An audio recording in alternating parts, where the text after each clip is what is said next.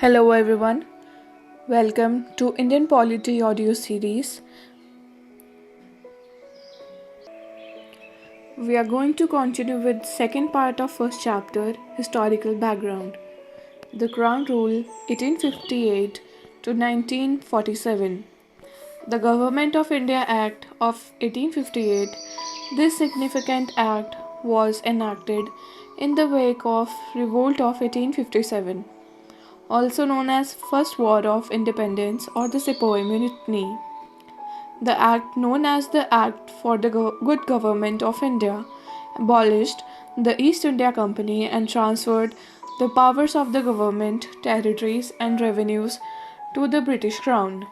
The features of this act were as follows. It provided that India henceforth was to be governed by and in the name of Her Majesty.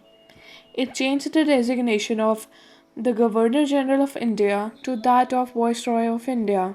He, Viceroy, was the direct representative of British Crown in India. Lord Canning thus became the first Viceroy of India.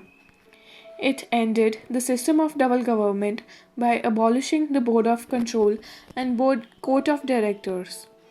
It created a new office, Secretary of State for India, vested with complete authority and control over Indian administration.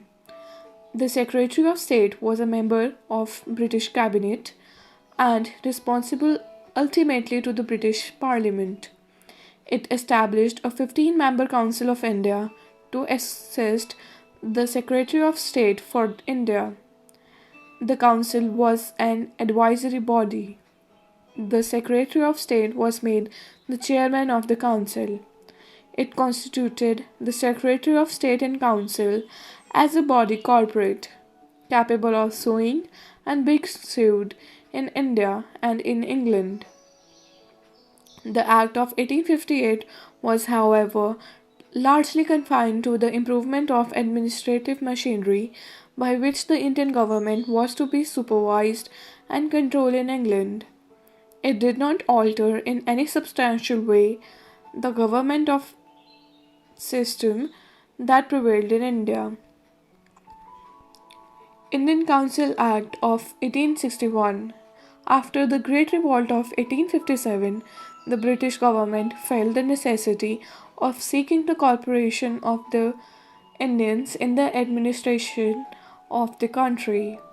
In pursuance of this policy of association, three acts were enacted by the British Parliament in 1861, 1892, and 1909.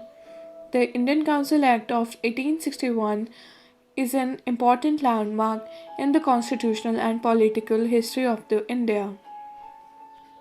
The feature of these acts were as follows.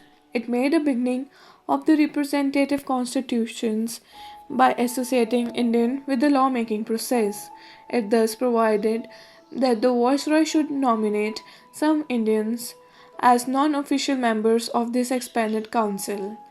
In 1862, Lord Canning, the then Viceroy, nominated three Indians to his legislative council: the Raja of Benares, the Maharaja of Patiala, and Sir Dinkar Rao. It initiated the process of decentralization by restoring the legislative power to the Bombay and Madras presidencies. It thus reversed the centralizing tendency that started for the Regulating Act of 1773 and reached its climax under the Charter Act of 1833. This policy of legislative devolution resulted in the grant of almost complete eternal autonomy to the provinces in 1937. It also provided for the establishment of new legislative councils for Bengal, northwestern provinces, and Punjab, which were established in 1862, 1886, and 1897 respectively. It empowered the Viceroy to make rules and orders for more convenient transaction of business in the council. It also gave a recognition to the portfolio system introduced by Lord Canning in 1859. Under this, a member of Viceroy Council was made in charge of one or more departments of the government and was authorized to issue final orders on behalf of the council on matters of his department. It empowered the viceroy to ordinances without the concurrence of the legislative council during an emergency. The life of such an ordinance was 6 months. Indian Council Act of 1892. The features were as follows. It increased the number of additional non-official members in the central and provincial legislative councils but maintained the official majority in them.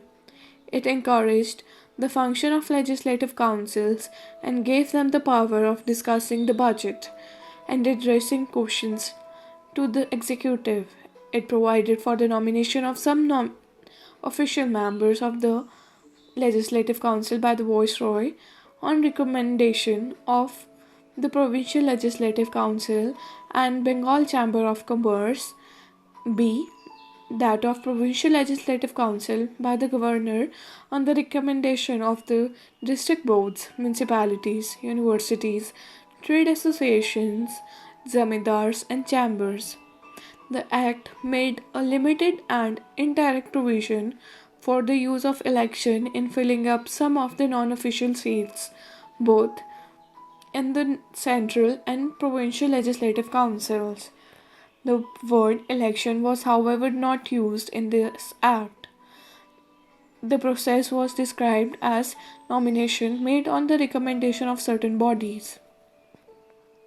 Indian Councils Act of 1909. This act, also known as Morley-Minto Reforms, Lord Morley was the then Secretary of State for India and Lord Minto was the then Viceroy of India. The features of this act were as follows. It considerably increased the size of the legislative councils, both central and provincial. The number of members in the Central Legislative Council was raised from 16 to 60. The number of members in the Provincial Legislative Council was not uniform. It retained official majority in the Central Legislative Council but allowed the Provincial Legislative Council to non-official majority. It enlarged the deliberative functions of the Legislative Council at both the levels. For example, members were allowed to ask supplementary questions, move resolution on the budget, and so on. It provided for the first time for the association of Indians with the executive councils of the Viceroy and governors. Satyendra Prasad Sinha became the first Indian to join Viceroy Executive Council. He was appointed as law member.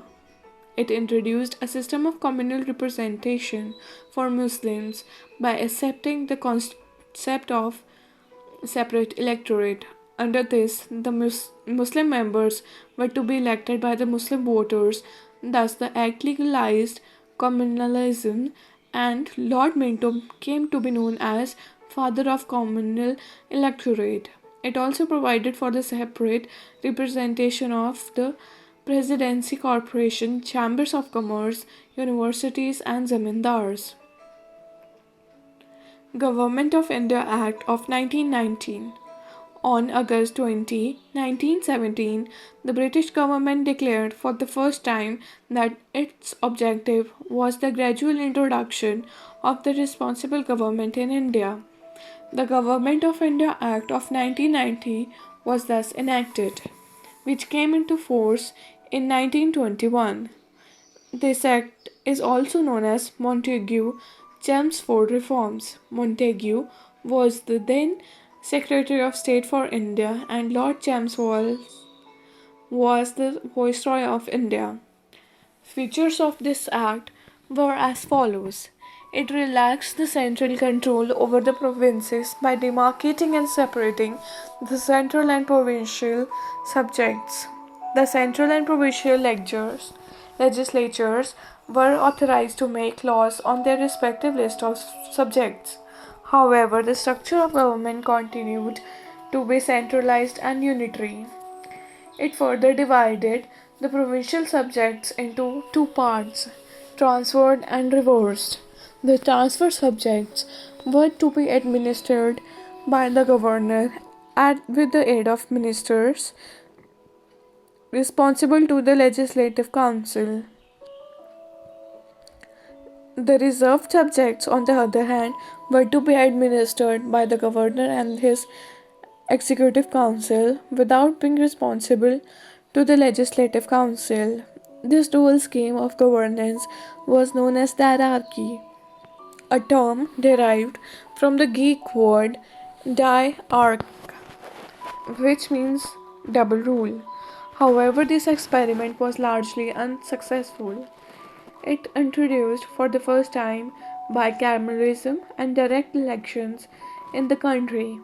Thus, the Indian Legislative Council was replaced by a bicameral legislature consisting of the upper house Council of State and the lower house Legislative Assembly.